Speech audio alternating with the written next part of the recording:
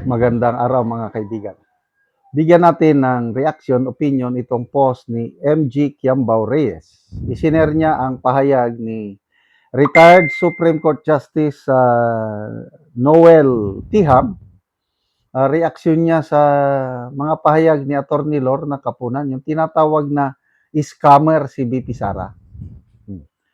Sabi dito, when a prosecution witness is presented to suit the prosecution theory and confabulate the text of a government circular by inserting his personal conclusion or interpretation,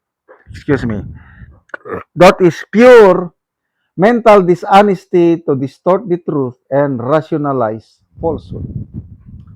COA findings and conclusions, should always be equally consistent. It should never be selective in its application and interpretation. COA audit observation or findings are never considered final because they are subject to final interview by the Commission proper and are even appealable to the Supreme Court. The COA findings testified by the COA auditor is merely tentative evidence which is preliminary, incomplete, and subject to peer review. It should have been excluded by the impeachment court unless the senator judges are of the mistaken belief that they are not bound by the Constitution and the rules of evidence. An impeachable offense can never be based on suspicion, surmises, conjectures, and unsubstantiated evidence. Okay? So, ito ang exact word ni ex-Supreme Court Justice Tiham. Statements made in the course of an interview ex cursia or extracorporeal outside the court, saying that Vice President Sara is a scammer is not evidence. If it were uttered inside the court, it would have amounted to contempt to the impeachment court and would have been subjected the lawyer to bar discipline for violation of the CPRA. Ano ba yung CPRA? Code of Professional Conduct. Ganun ba yun? I hope the lawyer apologizes. So, ito Supreme Court, retired Supreme Court Justice na ang nagre-react na maling-mali yung ginawa ni Atty. Lorna Kapunan. Doon pa lang sa loob ng korte, nagsalita na siya, sinasabi niyang scammer si BP Sara. Mabuti, nag-object kaagad ang defense, kaya na-strike out yung record na yon. Kaya lang, paglabas nila sa korte, nag-press conference at inulit. Scammer si BP Sara. Nabudol tayo. Dapat ibalik ang pera. Dapat mag-apologize ang Vice President. Huwag ka nang tumakbo sa 2028. Mga ganun ba? Tapos sinakyan naman kaagad ng mainstream media. Kung ano ang sinabi ni Kapunan, kumpas, parang orkestra, ang mainstream media, suporta agad, yan, post, laman ng balita nila. Ganun na po ang kanilang ginagawa. So ano ngayon?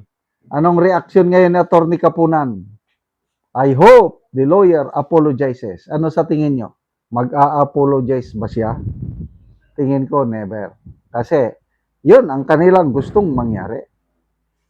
Talagang siraan nila ng todo si BP Sara sa Court of Public Opinion.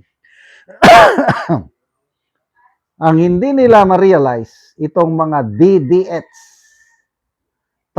ang tagal na nilang ginagawa niyan. More than 3 years na. Mula nung nagkahiwalay ang unit team. Sinimulan na nila kaliwat kanan bato ng putik kay BP Sara. Nung umpisa ay talagang bumulusok ang ratings ni BP Sara. Kailang ngayon, kikita mo nakakabawi na siya dahil ang taong bayan na i-enlighten sa totoong pangyayari. Oh. May survey akong nabasa kanina, post ng Manila Times. Bagong sulpot na survey, National Momentum Survey. First time ko itong mamit. Ano daw? 8 out of 10 Filipinos, they consider it unacceptable. Hindi katanggap-tanggap yung pagbabanta ni BP Sara laban sa Pangulo, sa First Lady at ang dating Speaker. Oh. These are all mind conditioning birada ng, alam mo na, basta na lang susulpot ang isang survey.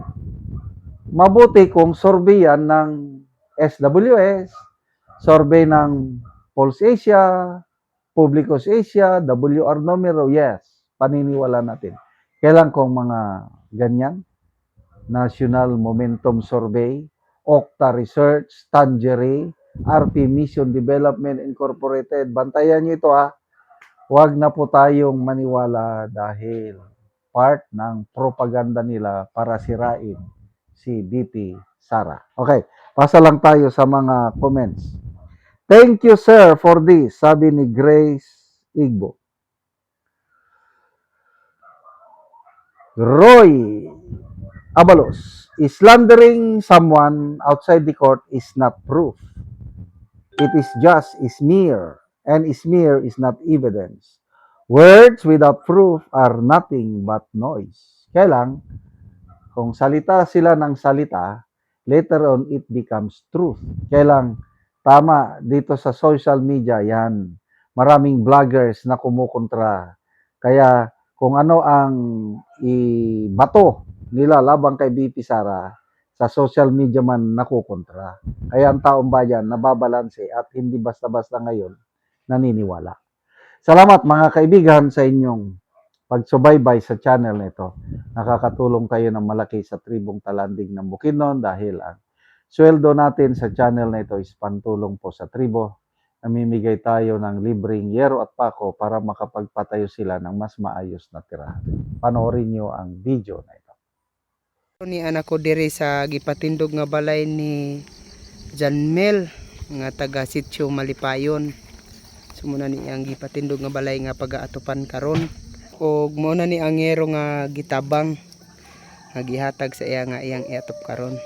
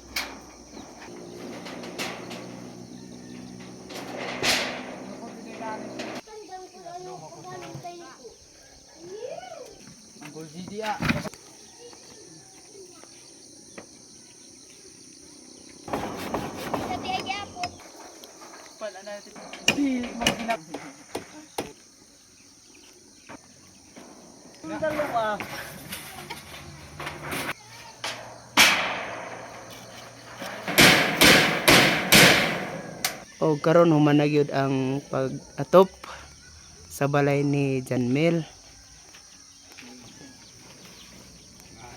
At sa Ginoo sa naghatag sa siya nagatop na gid ko sa gikon nga balay. Gipatindog nga balay. Ipatindog nga balay.